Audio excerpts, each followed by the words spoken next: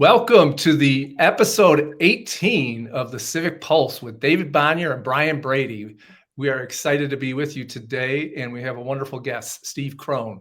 Steve has one of the most interesting professional biographies that I've ever seen. He started out as a lawyer and clerked for, get this, William Brennan, the iconic William Brennan, David Souter on the Supreme Court. He also clerked for Abner Mikva, who personal hero and good friend of Stephen's. Pretty amazing clerkships. But you kind of started to go away from the law after all your clerkships, and you went into the entertainment industry, and you capped a lot of that career by being the president of the Village Roadshow for 9 years. And some amazing pictures you produced there. I'll let people look them up. And then you segued into professorship, being a professor of law and entertainment and film. And still doing some of your legal work in many different areas. And I know from following you on Facebook that you are active, you are on the streets protesting a good amount. So you're doing your share of legal work, but civic, I see you on the streets, which is fun to see. And we're all connected by our work with the Mikva Challenge. David helped get the Mikva Challenge Youth Engagement Program, Civic Engagement Program started in DC. Steve brought that program with some others to California. So great to see you all. How are you feeling today, David, Steve? It's a risky thing to ask an 80-year-old guy. How's he feeling? But I'm feeling good because I'm with you three and we're talking about important subjects. So I'll leave it at that. But I'll show you my, can you see it? Yeah, your cast. Right, yeah. So I got problems, but it's fine. I'm glad to be with you. Yeah. Steve, how you doing today? I'm doing okay. You know, it's that question is a loaded question in these times, right? And it's an odd thing where we can be thinking about some really serious problems in our country, real threats to the foundation of our country. And at the same time, we get out of bed, we shower, we make breakfast, we do our work. You know, so I'm okay. My life is okay, but I am very worried about the country. Let's take a step back before we dive into the really interesting set of current events that happened this week and get kind of a legal political take from you both. But Steve, how did you go from being Supreme Court clerk to not suddenly, but to going out to California and running a movie house? The short answer is I've had a very episodic career. And I think part of the reason is, and this is not a good thing, as soon as I get really good at something, I think I get bored and I want to do something else. I've had sort of these 10-year, more or less episodes to my career. And I'm not saying that's like great career planning for anybody listening to us about that, which I don't think is many people. But I always loved movies, and I always felt I wanted to get back to that in some sense. So yeah, after my 2 years in DC, came out to LA, was an entertainment lawyer for a while, but I eventually migrated over to Village Roadshow and eventually became the president. And it was a great 10 years. And then we sold the company and I became a full-time film and law professor for 10 years. And then I got kind of tired of teaching and went back into film producing. And I'm well short of 10 years. So hopefully I've got a few good movies in me before I figure out the next 10 years. That's great. We're living in a time where the truth seems more stranger than fiction and movie making. It's like if some of these scripts had landed on your desk while you were president of the Roadshow, you might have said, that's too far-fetched. David, and I'll ask you this too, like when did we suddenly get into this alternate universe where the U.S. is going back to the 19th century and threatening to conquer and take over Canada and Greenland, and we're citing presidential acts of 1798 that I think happened in the Washington administration to deport people. Like, have you ever seen anything like this, either of you? And why are we suddenly on tilt?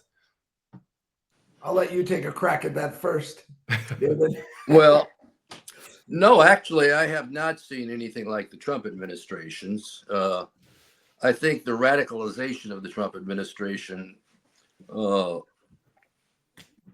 only be matched in the last 100 years by the radicalization, maybe on the left a little bit with FDR, because that was a big break in the country from what had preceded it in 3 Republican administrations and Harding and Coolidge and Hoover.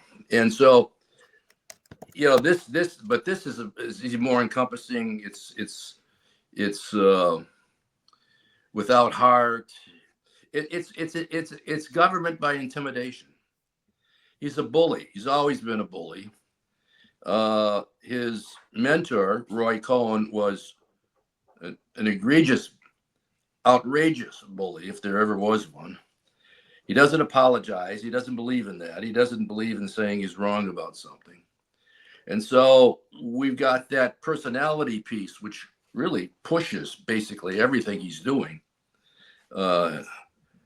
involved with very great decisions in terms of the well-being of the people in our country today. And so, you know, reaching back into previous laws to do something, that's not unusual. I mean, other presidents have done that. But so anyway, yeah, it's disturbing. That's a kind word. It's more than disturbing. It's, you know, pretty outrageous. I guess what I would add, I agree with all of that. I guess what I would add is the confluence of a few other modern factors that make this unique. Every district's a safe district now, right? This incredible, the gerrymandering has pushed us to the extremes. The media landscape, the right-wing media bubble, and money in politics at a new unprecedented level after the regrettable Supreme Court decision have put us in a place where it's so much easier to be extreme. And what I find so incredible, you talked about the Aliens Act, you talked about Greenland, things that were not on the radar screen at all in any of the contexts I just talked about, including the right-wing media bubble. As soon as Trump or his regime declare these things to be important, the Republican Congress falls in line. Greenland all of a sudden is the most important national security interest there is. Fox and the even more extreme right-wing media, they all just fall in line. And that is something I'm not sure we've ever faced before. Yeah, I thought Bill Maher, who I'm not always in agreement with, but had a pretty pointed take saying, you know, cults get you to disown your family and best friends. He goes, Canada, that was our best friend. But in 24 hours, Fox News and all their anchors are going to war with Canada, right? It's, you know, I know the right wing says, oh, you're calling us a cult, but that's cult-like behavior, right? And Brian, they're going after Canada for all of the horrible things they're doing under a free trade agreement that Trump negotiated and put into place in his last term. I mean, it's Alice in Wonderland.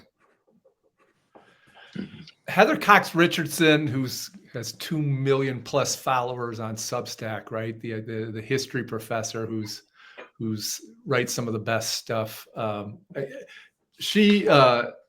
thought she was really on point with just detailing that their goal here is to is really, if you all remember Grover Norquist. I don't know where Grover went, but he was Newt's main guy who famously said, I don't want to kill government. I just want to shrink it to be so small that I can drown it in the bathtub.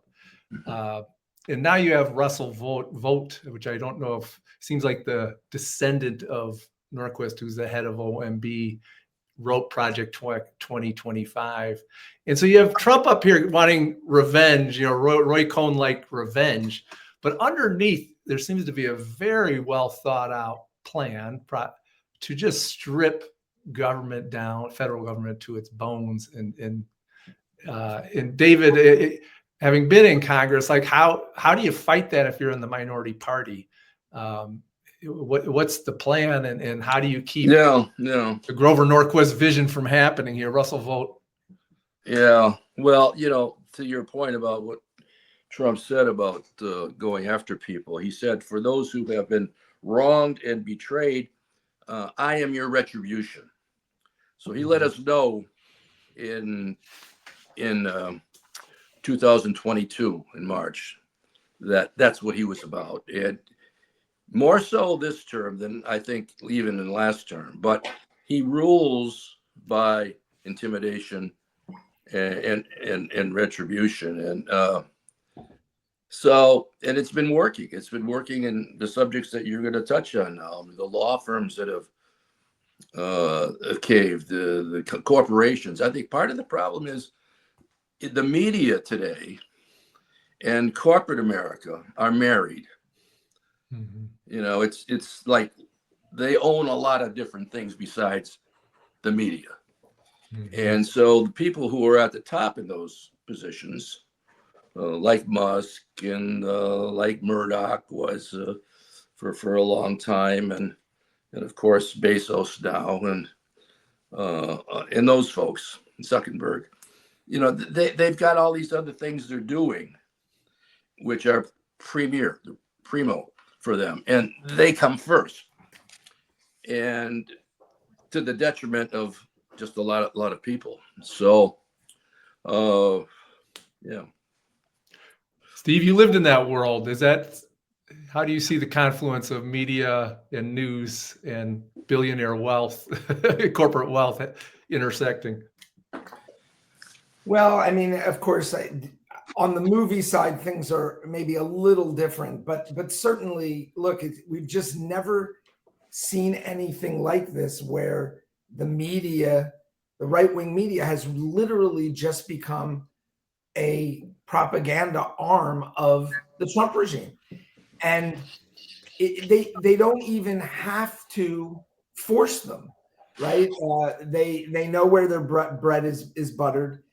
They of all of the outlets of these kinds, they have by far the biggest audience, and it really is ruining our democracy. We're all old enough to remember the media doesn't always get it right. The media is not unbiased, but pick your favorite media figure from the heyday, whether it's Walter Cronkite or someone who came a little later. These were voices that were trusted to at least establish what the basic facts were about any civic issue, the news of the day. We are so far from that. It's impossible to overstate it. And anything that the Trump regime does is rationalized, justified. It's stunning, and so quickly, quickly. Steve, I would say that, to piggyback on what you're saying, I think the genesis for a lot of this that's happening now, you can pin it back on the far right. You can pin it back to Rupert Murdoch, and you can pin it back also to Gingrich's buddy that used to have the radio network around America. Oh, Limbaugh, yeah. Rush Limbaugh. So, I mean, Murdoch, got Fox up. But Murdoch did more than that. I mean, he got into the pockets of political people all over the world. He gave Gingrich this huge contract, $4 million, which back in the 30 some years ago was a lot of money, still is today. But back then it was even more so. And he gave Joanne Lai's daughter, I think, an unconscionable amount of money in China to get the Sky TV rights over there. Same in England with Maggie Thatcher. She got this big deal. So he used that his publishing arm in books to grease the palms of all these political leaders, and then they had some very good people that could get messages out. Rush Limbaugh, as much as I despised him, was very good at entertaining people and getting them to listen. And then he had a whole network of little Rush Limbaughs all over the country. There were hundreds of them at the end that And we're if we're naming names, to misuse that phrase, Roger Ailes. oh yeah, Oh, Ed Fox. Yeah. So, It's I'm going to open up a new segment on the show. You guys are the first one to test it. It's called Cowards, Courage and Cowardice. That's the name. And we're going to run down 4 different news stories: Signalgate, the law firm stories, the abduction of students and others in Greenland and Canada. I want you to kind of go through a little bit from the, David, you are pretty politically courageous, sometimes taking on very unpopular stances. And, one of my great things I admire you for is helping end the war in Central America. And that didn't win you a ton of votes, but it was the right thing to do. We're taking on Gingrich, et cetera. But I want to explore the courage of some and the cowardice of others, and where that stems from a little bit. So let's take Signalgate, which is the biggest story of this week. It's been a bit talked to death. But I'd love to get your take on, it seems like the cover up, the crime itself was pretty bad, but the cover up, it seems to be somewhat what's gotten them into trouble. So yeah, who do you think was courageous in that, and who are the cowards? David, you want to jump in first to Steve? well, I'll let Steve go first this time. I'll go first next time. Darn you. Well, man, who wasn't a coward? I found it extraordinary to watch those first hearings, right, before they had time to fully think about what their story was going to be. The inability to even acknowledge, are you on the chat? Is the reporter on the chat? I don't know. Just the most basic facts. How was the reporter added? The person who added him actually suggested in an interview, probably on Fox News. Yes, it was on Fox News. That that the contact had been sent to him surreptitiously, maybe with the name of someone who had a reason to be on the chat, but with this reporter's number, and that he was somehow bamboozled into adding him to the chat. Got sucked in, was his exact words. It's incredible. It really is a lack of integrity and a lack of maturity. You can spin it how you can want to spin it. It's not as bad as everyone's making it. The mission was a success. But for God's sakes, be an adult, get in front of a camera, get in front of a congressional committee and say, we screwed up. This reporter shouldn't have been added, obviously. Thank goodness he did the right thing, obviously, and didn't disseminate any of the information. We're looking at it. We're going to make sure it doesn't happen again. And the ultimate coward, of course, isn't anyone who was directly involved. It's the president. When asked about it, what does he say? Oh, I don't know. Was it classified? I don't know. You'll have to ask the people involved. You are the commander-in-chief and the president of the United States. You didn't see to it that you got to the bottom of what happened and took action, even if you decided no action was necessary. What he says is, oh, I don't know. I didn't really look into it. I wasn't involved. Go ask the people who were on the chat. It's just bizarre. Well, that's what he does. He lays off his problems on his administration problems on other people whenever he can, if they arise, and then he just moves on from it. So I guess if there was a hero, I don't know, I wouldn't call him a hero, but I would say he did, as you did, Steve. He did the right thing in terms of how he handled all of this, and that was Goldberg, who was the editor and publisher. I don't recall exactly, over at the Atlantic, a good publication, by the way.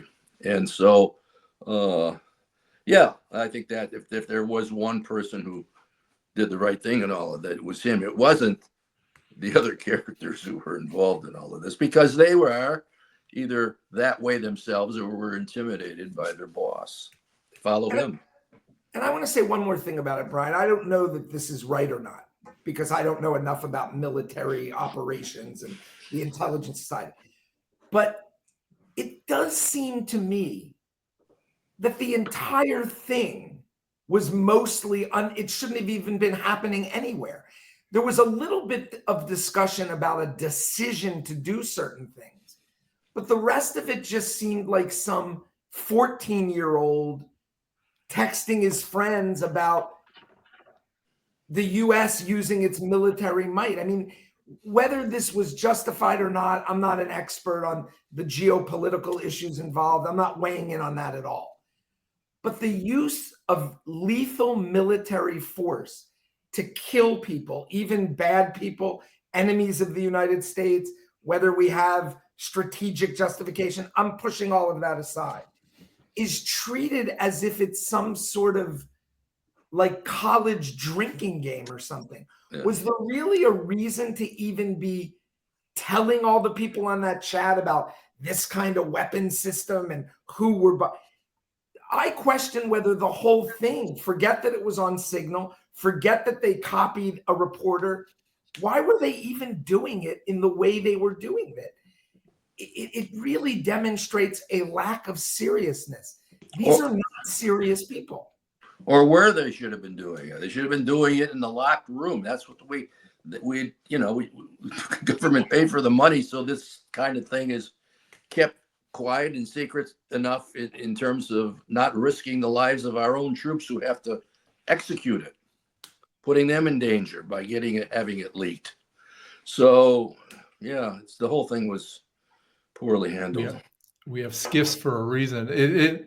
I thought there's a couple interesting things too. It's good to be courageous, but you also have to be strategic. And Goldberg, because courage without strategy doesn't get you too far either, right? But Goldberg was both. He didn't release the full transcript. He teased it, got people on record, and they said, "Oh, it's not classified. Okay, it's not classified. I'll release it all," which was a brilliant strategic move on his part. And I think it's a good example for all of us, and be courageous, but also be strategic.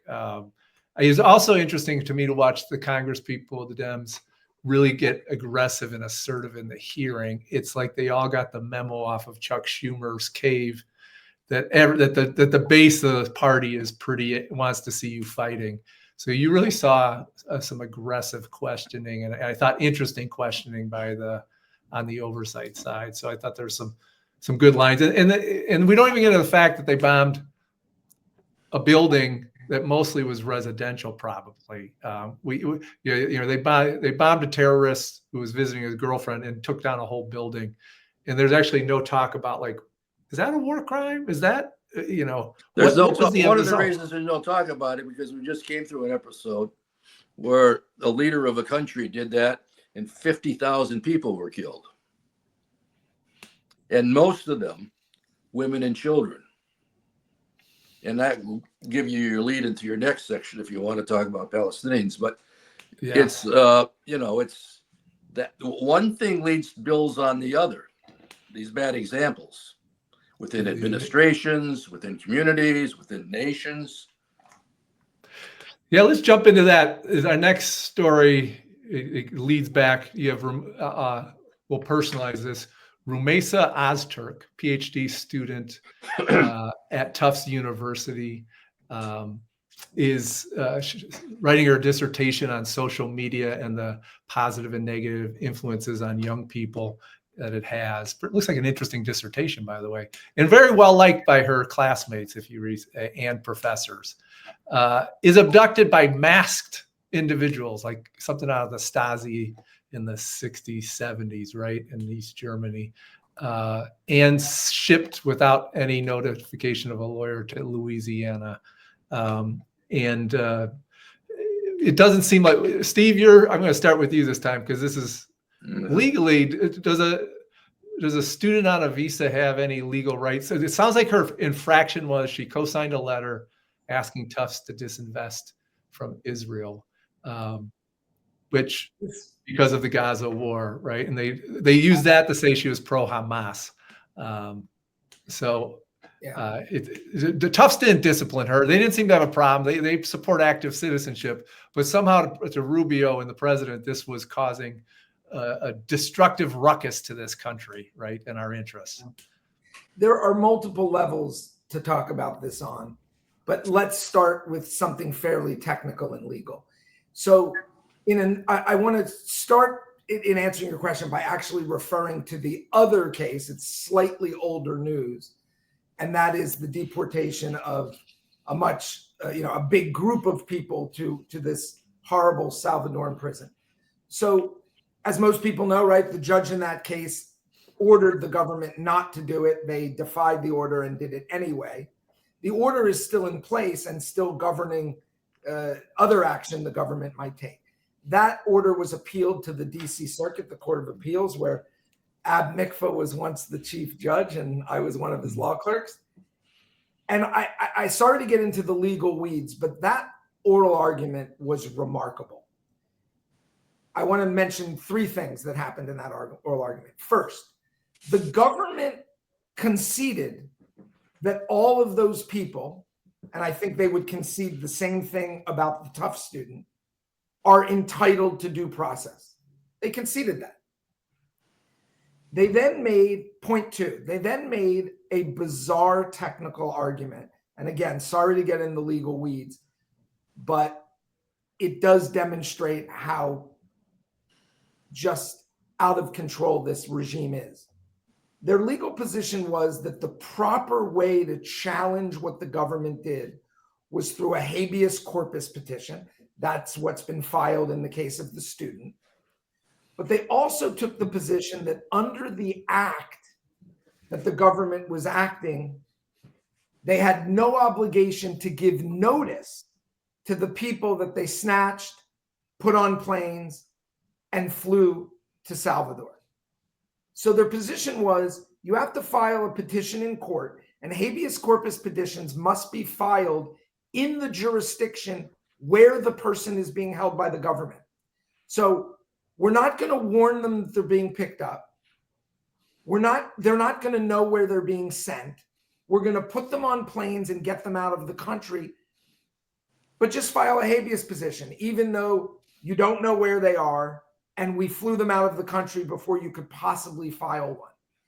So their legal position is this, again, it's technical and it's detailed, but their legal position is, we're following the law, just file a habeas petition. Oh yeah, but the law that we're operating under doesn't require us to give notice. So sorry that you don't really have any practical way to get relief, but the law is the law. Habeas petition is the only way to get relief, but a habeas petition will never work because we can disappear you and get you out of the country. Now that's not working in the case of the student, right? Because the fact that she was snatched was discovered quickly enough that lawyers were able to file a habeas petition before they got her out of the country, but they might have put her on a plane and sent her back to Turkey. The third point I want to make is that it was a 2-1 decision. A very senior Republican appointed judge, as well as an Obama appointed judge, both women as it happens, ruled against the government and said the stay should stay in place and the case should go back to the district court. The one dissenting judge, a Trump appointee, basically said, yeah, I agree with the government. Habeas is the only way to go here. And they're going to lose the case because they didn't file a habeas petition in the right jurisdiction. A legalistic technicality, the judge not pointing out that it's a complete X-22, no actual chance of relief for all those people sent to Salvador. And it really does remind me, and this is the last thing I want to say, a lot of what the Trump regime is doing can be at least argued to be legal. That is not the end of the conversation, right? Maybe they're not even right that it's legal, but even if they are right, as has often been pointed out, the Chinese government acts in ways which are completely legal under Chinese law. The Nazis were very actually obsessed almost with acting in ways that have the patina of legal. And so I caution everyone, it's okay to have the argument about whether the Trump regime is acting legally under the immigration laws. But even if they are, if they're singling out people because of their political views, if they're doing it to exact revenge, if they're doing it to terrorize the population at large and not just the immigration population, it's not right, even if it were legal, and I don't think it is. Okay, that was a long answer. Forgive me. That was a good answer. Yeah. Yeah.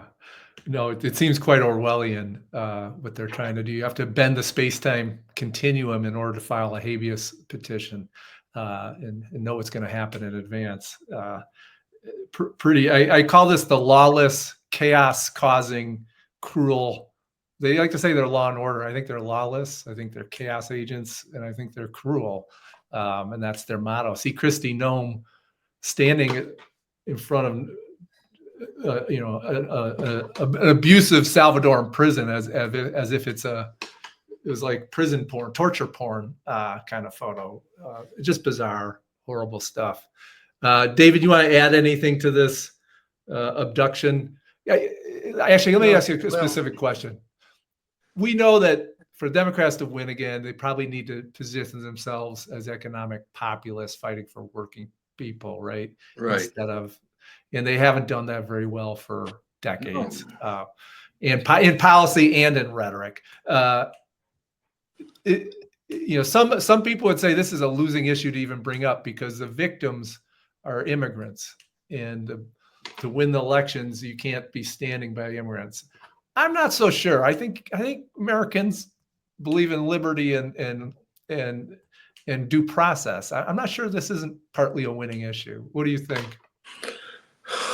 I think if I had to enumerate winning issues and less winning issues, would be in the lesser category. But the reason I say that is because it's the legal issues, and I've got an eminent professor here on the law taught the stuff in front of me. So I hope he'll jump in and correct me if I'm wrong or criticize me if I'm wrong. But I just think we spent a good part of 2 years on legal issues publicly, cable TV, through Trump's problems primarily. And I don't know that from a political standpoint that made a lot of sense going into this election. I think he made himself a martyr, which we assumed he was going to do, and he did. And as a result of that, I think he solidified some of his base and took away our opportunity to talk about the egregious activities that are going on against workers in this country. Wage theft, unconscionable workers' exploitation in their workplaces based upon their own safety, especially meat cutting. And I could go into a number of examples, but those things are important for working people. And you can have a successful political party, at least from where all the three of us have come from, unless you have working people on your side. And we're losing them. And we're losing them in droves. My district, I mention this almost every show, and people are going to get tired of it, those who watch us regularly. I used to win my district when I was in Congress for 26 years. And I would win with, around 55% of the vote. That was the average. It was a swing district. I had some couple tough ones in there too. But I won. And mostly with 55, which is not a bad number. Now that my congressional district is heavily Republican. Trump wins at 15 points. And so it's changed. And I think one of the reasons it's changed is because they gave up on us in terms of working people. We're a party of intellectuals. They think, and we are. We do pretty well in that community, and we don't do as well with working people because they don't think they're part of what we're about. So anyway, I think we have to recognize what you just said, Brian, and I'll stop. That, this was an egregious act, taking this woman from Tufts and moving her down to Louisiana and doing it in the Stasi way that you described it at the beginning of the show. It's outrageous. But, we have to hit and we have to be on that and watch that and speak about it. But it can't be just that. It's got to be other egregious acts against working men and women in this country that really never get really talked about very much. And we know we could hit Trump on the fact that he eviscerated the worker compensation boards and all of those pieces, NLRB, and all of those pieces that are important for the structure of being able to protect working men and women. Well, I think, David, you're an example. We can walk and chew gum at the same time. We can be our number one message on workers, but you were still doing your Central American work and all that. I was, while still maintaining your focus, yeah. Even though you were doing the right thing. We can do both. But I agree with you. Rachel Maddow and others went down the Mueller investigation. I mean, we were looking for our special counsel hero, and I think that's a losing platform for Democrats. I'll add one thing, and to state the obvious, I am not a political communications expert, but I think to the extent that this is an issue that will move voters, regrettably, I hate to say this, but focusing on the due process rights of gang members and all of that is just not going to work in terms of messaging. But as I understand it, more than one American citizen was on those planes, and many people probably were on those planes who have nothing to do with gangs. And I think telling one or more of those stories, the idea that an American citizen who has done nothing wrong, and again, I just want to be clear, everyone on that plane was entitled to due process, but we're just talking about in terms of what we think would work messaging wise.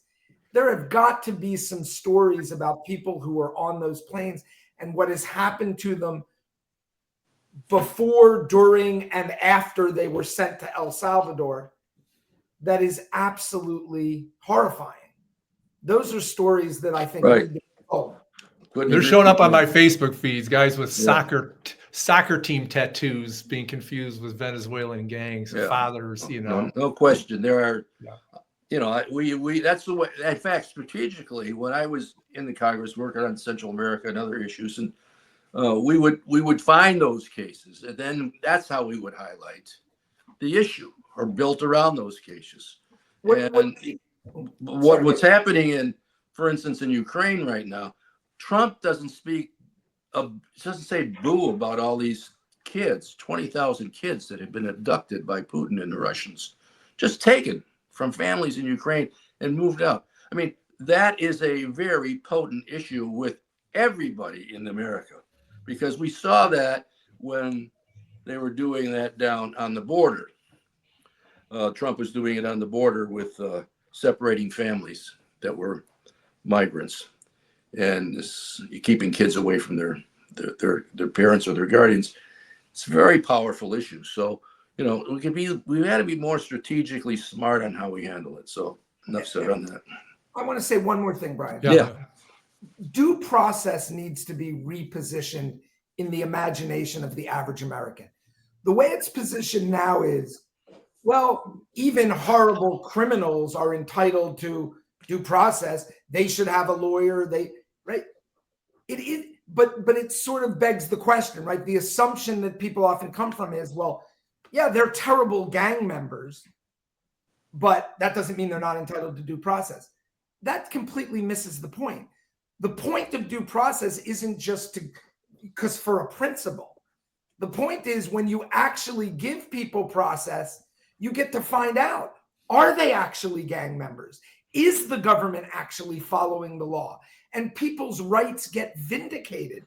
It actually makes a difference in the outcome. It's not just some kabuki theater so that we can all feel good about throwing someone down a hole. And I think the average American just feels like, well, yeah, these are really bad people, and maybe we didn't cross all the T's and dot all the I's. That's not the point. The point is the government's acting in a way that's illegal, and they're violating the rights of a lot of people in a way that is ruining their life. And obscures the truth. Yeah, I saw a video of Congresswoman Spartz from Indiana saying to a town hall, if you commit an illegal act, you're not entitled to due process. It's like, okay, you're a congresswoman, and that's what you're saying, right? It's beyond belief.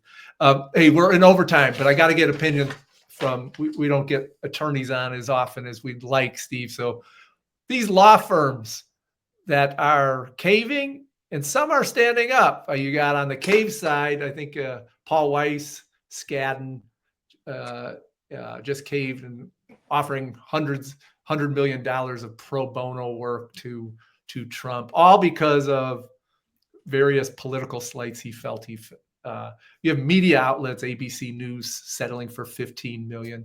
But now you're starting to see some stand up, right? You would know better than I. Jenner and Block was one of them. Perkins Coie, Wilmer Hale. Give us a little cowards and heroes analysis here. And why are some of these firms that are lawyers, why are they so damn cowardly? Yeah.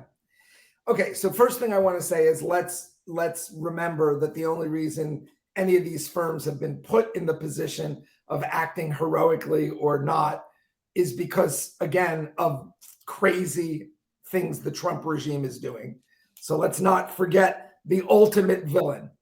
Yes. But I think the answer is a couple of things. First, I do think that really rich people, and the people who run these big law firms are really rich people, they often care about money maybe more than some other people.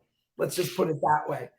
And I do think part of it is just financial. You know, when you run an organization that enables you to take home $5, $6, $8, $10, $15 million a year, you want to protect that. Maybe more than some other people who haven't organized their life in a way that that's where they're at. Second thing I would say is, as this continues, I think you will see more law firms resist because, yeah, they're lawyers and they should have been smarter, but I'm not sure they have the toolkit. They knew exactly what to do. Now firms have time to strategize and to talk about what are we going to do when we're targeted. And I think I don't want to just say, oh my gosh, the people at Paul Weiss are craven and the people at Skadden are craven. They're just the worst people in the world. I'm very disappointed in what those firms did. But I think maybe even at those firms, if those hadn't been the first firms targeted, if they were targeted next week, I'm going to give them the benefit of the doubt. I'm going to say maybe they would have responded differently with more time to think about how to respond. But I do think the tide is turning. I think if the Trump regime continues to target firms like this, I think we will see that very few firms are going to do what Paul Weiss and Skadden did. I hope I'm right about that. I think we need to have solidarity. Bar associations are part of that. Judges are part of that. If they do it in the right way, they shouldn't get into a partisan, context. But for judges to say, this is what the role of law firms are, this is what the role of lawyers in our society is, I think that's important. The chief made this one little statement in one context. I think we need to see judges and lawyers and public officials come out and talk about the importance of lawyers, what they do in society. So that's my take. Good. Yeah. David, I'm going to ask you one question and give us the last word, because I love my local congresswoman. I'll be unnamed at the moment, but I'm disappointed I don't see her fighting for attention in making her profile, organizing in public in a very, like you see some members of Congress doing, Walsh from Connecticut, AOC, others. So I was thinking of, if I was advising you in Congress, David, I'd say, get to a Tesla dealership and protest and speak. That might be one. Get to one of these law firms that buckled, or one of and hold a press conference in front of them. Yeah. Maybe even go to Louisiana and stand in front of that ICE detention facility and say, "Hey, give us due process." But I don't see enough members of Congress being creative in their resistance strategies. Do you see that too, or what do you see? Yeah, I think so. But I think we ought to really applaud those who are doing it. Yeah. And when I remember right after NAFTA, which I opposed, led the fight on. I waited a year, and then I went to John Lewis, and then I went to Bernie, and I said, "Let's do a tour. We'll go around the country. We'll even go into Mexico a little bit, and we'll see how it's working." And that's what we did. We got a lot of attention, and people were paying attention to it, and then we were raising hell about it whilst we were doing it. And we were doing it against our own administration, but they were wrong. And today they admit that they should have done A, B, and C, but they didn't then. And they didn't admit it until actually they were out of office. I'm talking about President Clinton specifically here. He did admit that he was wrong. But yeah, being active, being visible is really important. I remember we had a newspaper strike in Michigan, and I did everything I could to settle that strike, everything I possibly could. And finally, I couldn't do anything more, except I got some people with me, about 6 of us, and we went to an editor's office at the Detroit News, and we wouldn't leave, and we all got arrested. And that made a difference. Now, I don't know how much of a difference, but it made enough of a difference that their attitude changed in terms of dealing with those people who were fired, some illegally, and those people who wanted to get back to the table. So anyway, those things do make a difference, and we need more voices, and we ought to let those who are doing it. I mean, what Bernie Sanders has done and what AOC has done has been very, very successful. They're drawing crowds. In my old district, they had 15,000 people show up. This is the Trump district. The Trump district, yeah. That came out, and so yeah, these resistance works. After the election in 2016, when Trump was elected, we had, what do we have? I don't know how many, 500,000 people on the mall for the Women's March, I think it was. Yeah. So I think you said it earlier, Steve. We're gonna leak out into the streets. I don't know if you use that word. I mean, it's my word. It's building. You can feel it building, and maybe it's just because the buds are coming out in all the trees and flowers now that I'm so optimistic. But I sense it's building.